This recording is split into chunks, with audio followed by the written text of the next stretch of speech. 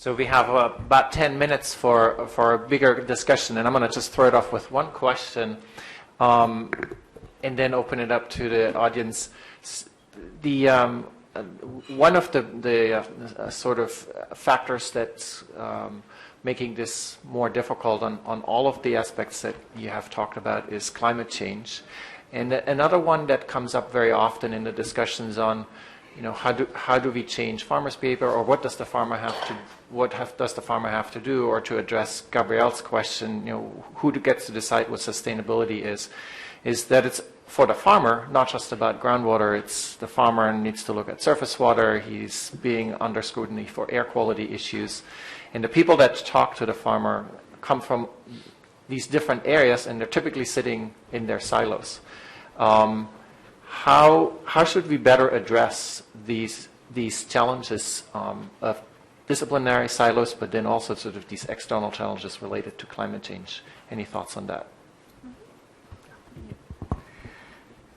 Regarding climate change, the general idea is that we have to become a resilient society. And I think, coming back also what on my last slide was, I think it's the demand for products, so the consumer-driven thing, that if we don't need so much food, energy, water, then we will be more resilient towards the changes that climate change will bring. So if possible, I would like to continue this discussion about, also with Gabriele, what she thinks, how much consumer-driven it can be, because I am still thinking that, of course, there's organic food, and there is some consumer-driven things, and what do you think about producer-driven versus consumer-driven? I wouldn't mind consumer-driven if I thought it was scientifically based. Sorry, guys. I just see too much where it's the latest. Whoever screams loudest and does the best fear-mongering, if it weren't driven by fear. And so that's my real problem with it. So how to have a rational conversation about it. So even the organic production is based essentially, or the drive for organic is based on fear. So that's, that sounds harsh, I understand, but I'm just saying, if you see what's been going on, certainly in Europe in the marketplace, where you have, the different retailers saying, I want you only to use these pesticides and not these, with no scientific basis behind it, and subverting the whole regulatory process that we all pay for. That's my real struggle with it. So I do think there's opportunities. I think the flip side of it is also, how do we manage the fact that, as I said earlier, certainly in the United States, we should be eating more fruits, vegetables, and nuts. We all know that those are the things that contribute to a healthier diet, and that is exactly what California grows so well. And yet we are in a Mediterranean climate. So that's the other tension to that, is what we should be eating and where you can grow those things well are not always the same. And to be honest with you, I don't want to go back to my German grandmother's cookbook where every salad was a canned item. Karen and Ken, any comments? Well, I like the comments, but I think with what you mentioned, that California is growing all the good foods in a way, maybe if you look at it more globally, you could think of growing more of those crops in other areas where you're growing like sugar crops, or other crops that are maybe not healthy, or fodder crops for meat, basically. So I think the scale at which you look at this has to somehow expand, and we have to be recognizant of the issues at a larger scale. And I don't know how to incentivize and raise the awareness amongst consumers at a global level, because I think that's in a way what is required, so that you can see the whole picture and not just looking at California isolated or India isolated. But if you look at it globally, it is all interconnected. And so getting that message across is something I think we need to look at when we look at food security and all of these larger issues of natural resources and so on.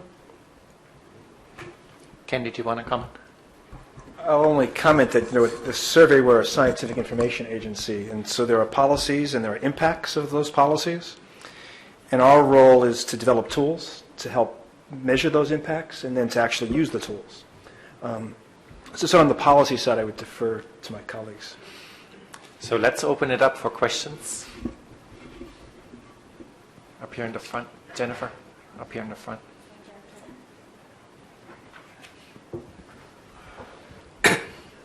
Well, actually, somebody put a question to Karen about the groundwater depletion and sugarcane growing areas.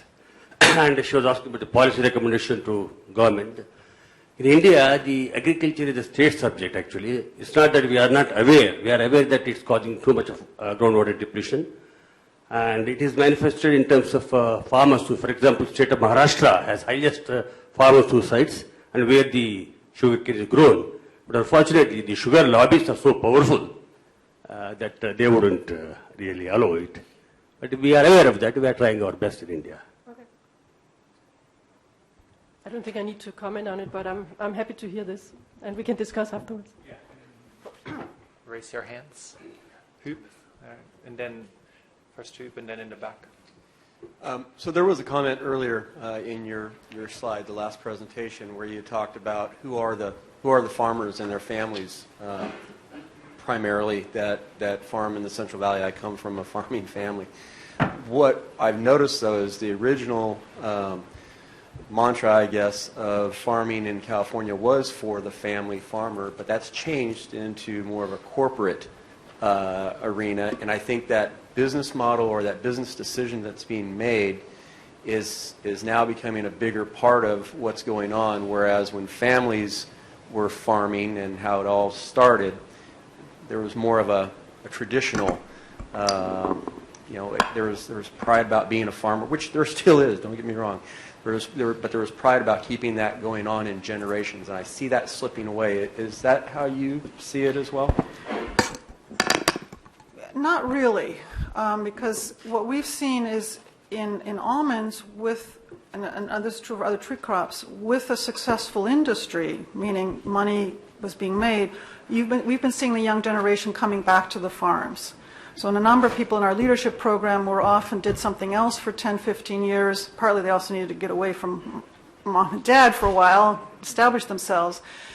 But when you have a successful agriculture industry, then it is a place the young people do want to come and be at. So I would say what we're seeing is actually the family farms and, siblings, cousins, and so forth working together to continue the tradition, so at least in our world.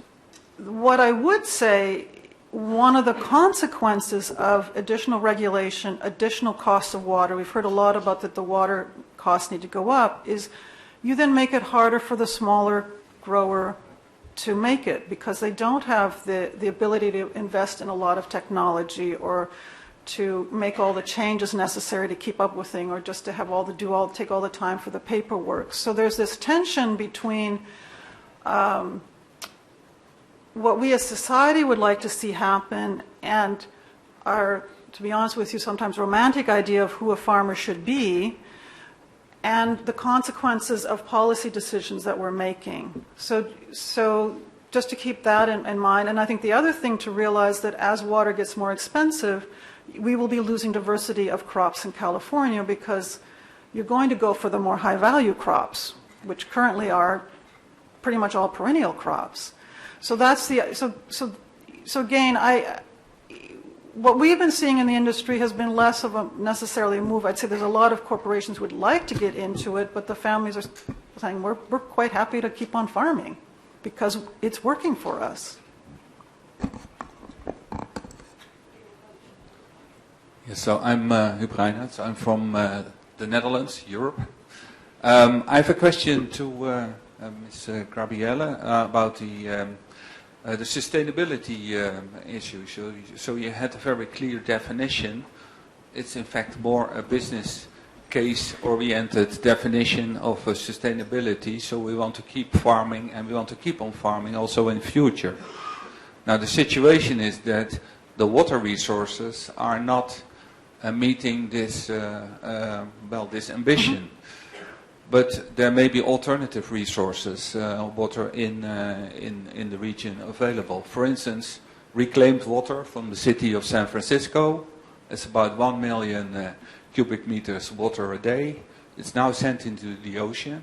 That could be an alternative resource of water for your Yes. for your business. Would you be able to make a claim or a deal with the water board here to use that water for your business as an alternative?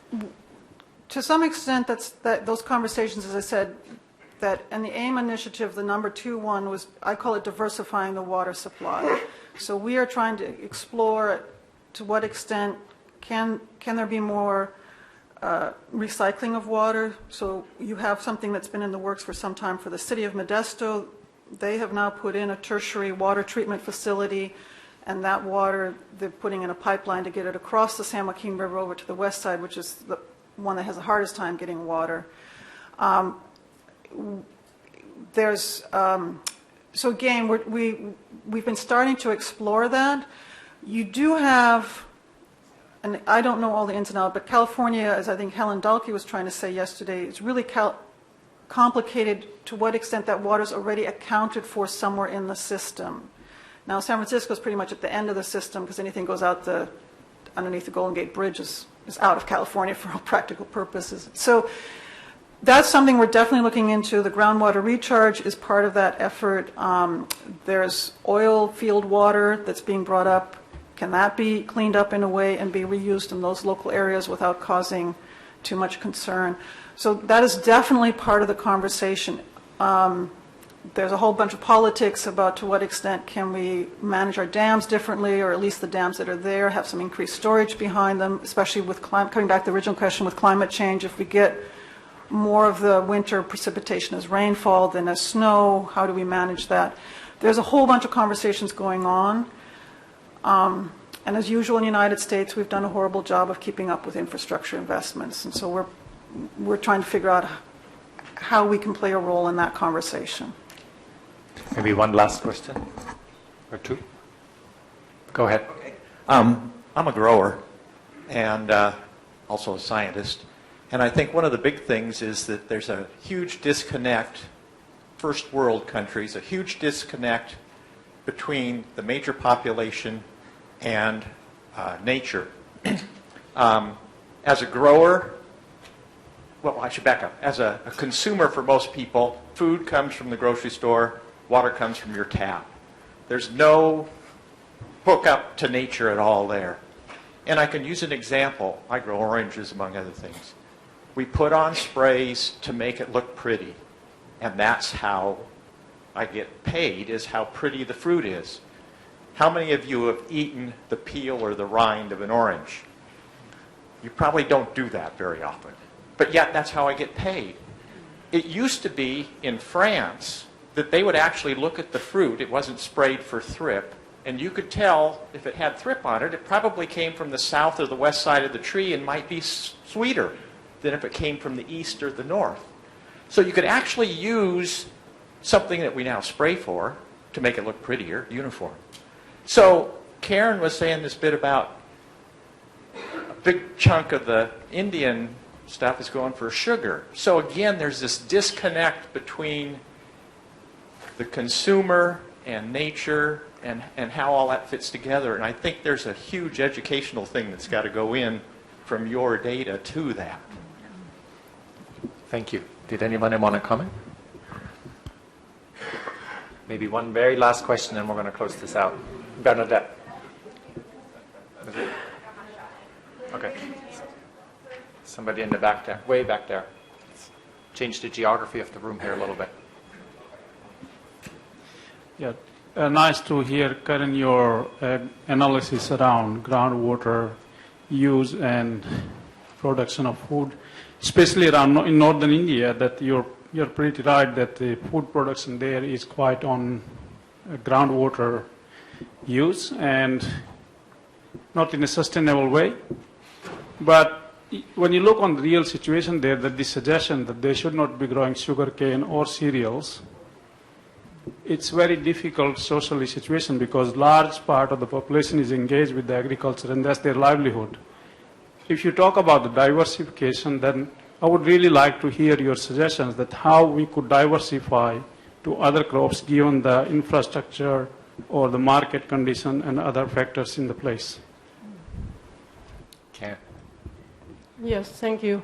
Yeah, India is a very interesting case. I think you touched a little about the context, saying that it's a state issue, and that's where the policies will be coming from. It's not like a federal issue, no. So each state in India is dealing with its groundwater issues more or less independently. But I think what you actually were alluding to is that some of these policies could maybe have an effect. There has been some policies directing choices of crops for farmers and so on. So if there's an awareness at the higher level that would influence the type of crops that are grown, maybe that is a way forward, but I think it requires, as you were alluding to, education, yeah. As I also said, a lot of the crops grown by groundwater preferentially is actually the high-value crops. And so in a way, because groundwater is scarce and it's a depleting resource, you also want to optimize the value coming out of it. So that could be also an argument for that, and it would also generate more income for the farmers. So it might actually be a win-win if you can switch to other crops that are most valuable and also more healthy. So that's something to think about. Well, I think we need to move on and cut it out here, but thank you again for our wonderful panel. This was a great discussion, great presentation.